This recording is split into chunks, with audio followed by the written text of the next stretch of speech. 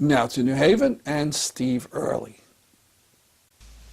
I want to read just one little paragraph from the book, though, that is part of or concludes a section that deals with the right to organize and to bargain and to strike if necessary, union activity that's been essential to the contract gains of Connecticut telephone workers, to blue-collar and white-collar employees at Yale over the last 40 years, to the state's SEIU represented healthcare workers in 1199, and to manufacturing workers represented by the machinists and the UE and other unions.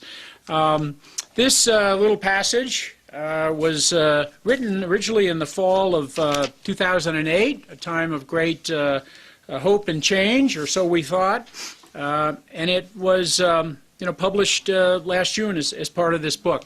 But let's take it as the text for our discussion tonight.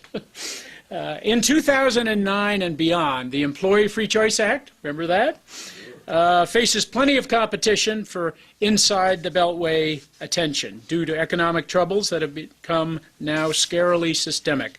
Even though union workers helped to put Barack Obama in the White House through their exertions in key battleground states, the new president will not be spoiling for a knockdown, drag-out fight with corporate America over labor law reform, if recent history is any guide, and the prior chapter kind of covered that recent history. Instead, Obama may be tempted to take a Jimmy Carter-style dive or start bobbing and weaving like Bill Clinton. Only bottom-up pressure on the Democrats can ensure that this bout even occurs, not to mention ends favorably for labor during Obama's first year in office or any time thereafter. Now, obviously, it doesn't take a great deal of political genius or ability as a fortune teller to predict ahead of schedule that the Democrats are a disappointment waiting to happen. That's generally been true in the area of labor law reform, which a good part of the book is devoted to discussing.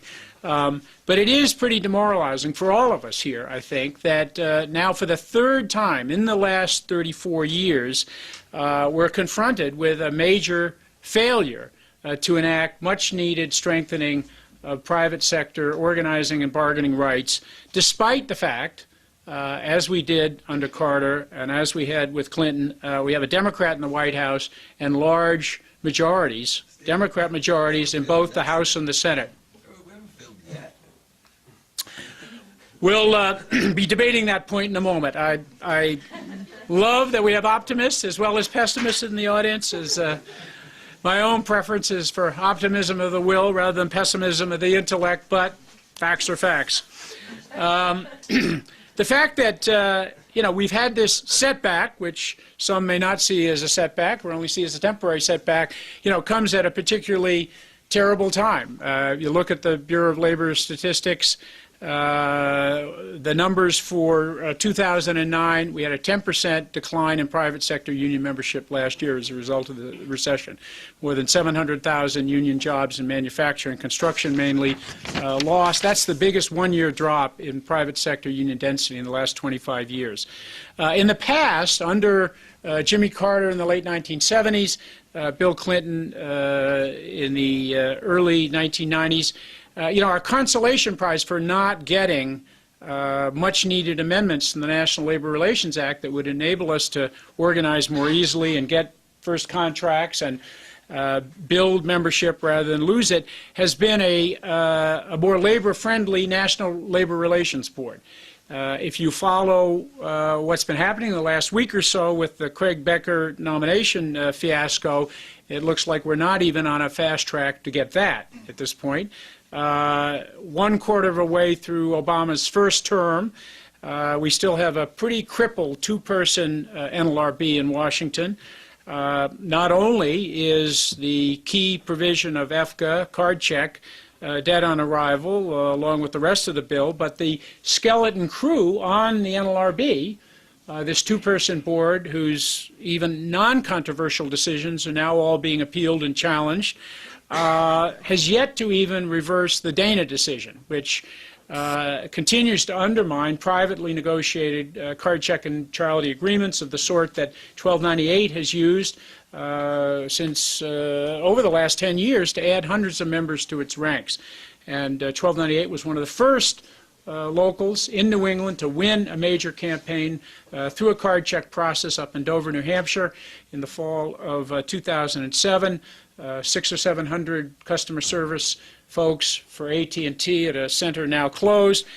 Biggest private sector win in New Hampshire in 30 or 35 years.